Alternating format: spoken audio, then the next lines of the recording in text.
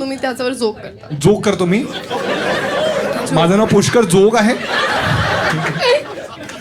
अच्छा ठीक आहे. मग ठीक आहे सर. मी आणि समजा एखादा माणूस आहे तो खूप रडतो, मग त्याचं लहानपणीचं काय आहे? ते खूप हा काय? अच्छा तू शांत बस.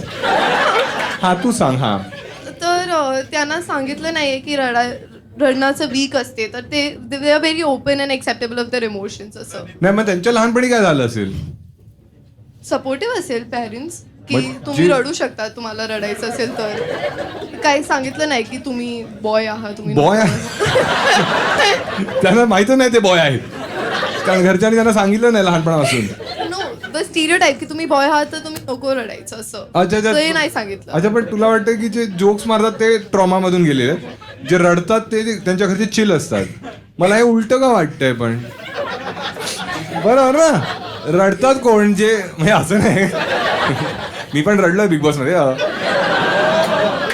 अच्छा ठीक आहे. आणि तू काय